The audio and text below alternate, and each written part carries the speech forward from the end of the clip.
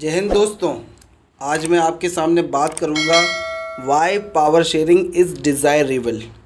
Power sharing की क्यों ज़रूरत होती है। डिज़ायरेबल का मतलब यहाँ पर होता है कि ज़रूरत।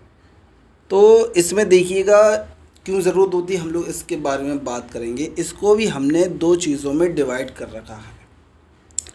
किन दो चीज़ों में डिवाइड कर? दो चीज़ों में, प्रूडेंशियल रीज़न, एक मोरल रीज़न। अगर प्रूडेंशियल का हिंदी में इसमें मीनिंग निकालेंगे तो इसके मीनिंग होता है समझदारी भरा कारण। यानी कि अगर हम पावर को शेयर करें और पावर को इसलिए ऐसे डिवाइड करें जिसका मतलब बहुत ज़्यादा लाभ हो, जिसका आउटकम बहुत बेहतर निकल कर आए। मोरल रीज़न में ज़रूरी नहीं है कि आउटकम बहुत बढ़िया निकल कर आए। जैसे कि सपोज़ कर लीजिएगा आपके यहाँ एक ख़ानदान है, उसके अंदर एक बड़ी फैक्ट्री चलती है जिसमें फर्नीचर का वर्क होता है, तो पूरा फैमिली उसमें काम करता है और बढ़िया तरीके से सेटअप है। तो ये उसमें पावर शेयर है, लेकिन पावर शेयर कैसे? उसमें पैसा मिलता है, सबको अलग अलग मिलता है, या जिसको जब ज़रूरत पड़ती है पैसे की तो वो ले सकता है। जॉइंट अकाउंट है उनकी फैक्ट्री का। लेकिन बहुत बार उसमें कॉन्फ्लिक्ट हो जाता है, तो वो एक ख़ानदान इकट्ठा नहीं रह पाता है, तो वो आपका डिवाइड हो जाता है। तो उसमें कुछ भाई कहने लगते हैं, भाई ऐसा करते हैं, हमें आप अलग हमें हिस्सा दे दीजिए। तो फिर तो उसमें हिस्सा दिया जाता है। तो हिस्सा क्यों दिया जाता है? वो नैतिकता के आधार पर दिया जाता है, मोरल के आधार पर दिया जाता है। जबकि उसके बाद उसका लॉस हो सकता है। जैसे कि रिलायंस जो कंपनी थी उसमें दो भाई थे, तो दोनों भाई जो है अलग अलग हो गए। तो एक भाई का तो हो गया बिजनेस ख़राब और एक भाई का चल रहा है। ये ज़्यादातर 3 मार्क्स का क्वेश्चन आता है और 1 मार्क्स में भी क्वेश्चन पूछ लिए जाते हैं। तो 3 मार्क्स का क्वेश्चन आए तो आप इतने पॉइंट इसमें राइट कर दीजिएगा, आपको पूरे फुल मार्क्स मिल जाएंगे। तो प्रूडेंशियल रीजंस में देखिएगा क्या होता है, जैसे कि अवॉइड्स कॉन्फ्लिक्ट्स। अगर आपका अच्छे तरीके से पावर शेयर होता है तो उसके अंदर कॉन्फ्लिक्ट जो हैं वो ख़त्म हो जाते हैं। इसमें पावर शेयरिंग इसलिए भी ज़रूरी होता है कि majority can not rule over minority.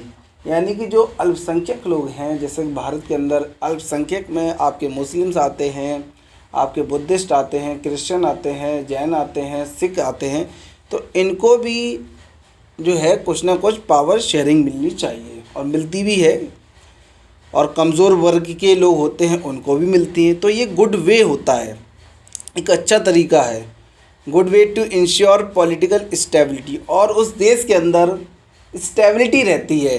यानी कोई स्टेबिलिटी का मतलब होता है कि अगर देश के अंदर मतलब ज़्यादातर पॉलिटिकल पार्टी एक दूसरे से एग्री हैं, ज़्यादा कॉन्फ्लिक्ट नहीं है, तो उस देश के अंदर जो है प्रोटेस्ट कम होंगे। जब प्रोटेस्ट कम होंगे तो चीज़ों को ईज़िली रिजॉल्व किया जाएगा, प्रॉब्लम को सॉल्व अच्छे से किया जाएगा और जो है वो देश में इकोनॉमिक डेवलपमेंट होगा, बहुत फ़ायदे होंगे। तो इसका एक बहुत ही बढ़िया एग्जाम्पल होता है प्रूडेंशियल रीजन में। वो एग्जाम्पल है जैसे कि आपके बहुत सारे ओबीसी होते हैं, एससी एसटी होते हैं, उनको जो है क्या किया जाता है, उनको जो है रिजर्वेशन दिया जाता है। तो रिजर्वेशन दिया जाता है, सीट्स में दिया जाता है, स्कॉलरशिप में, और भी जो वैकेंसी होती है यूनिवर्सिटीज़ में, बहुत जगह उनको रिजर्वेशन दिया जाता है।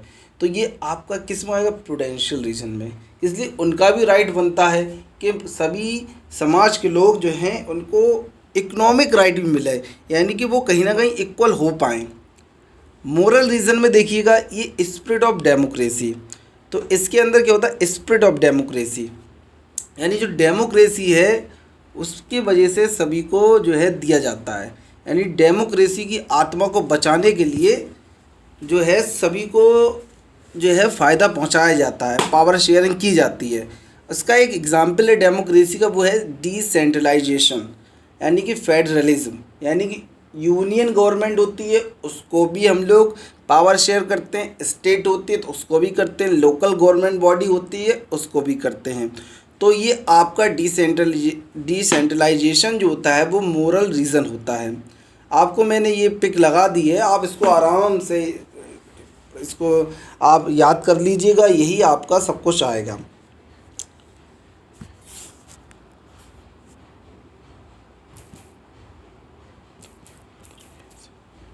आपको इसमें कोई समझने में प्रॉब्लम हो रही तो मैं आपको एक और ये एक्सप्लेन कर रहा हूँ, आप इसको देखिएगा। सत्ता की साझेदारी की आवश्यकता, हिंदी में भी समझ सकते हैं।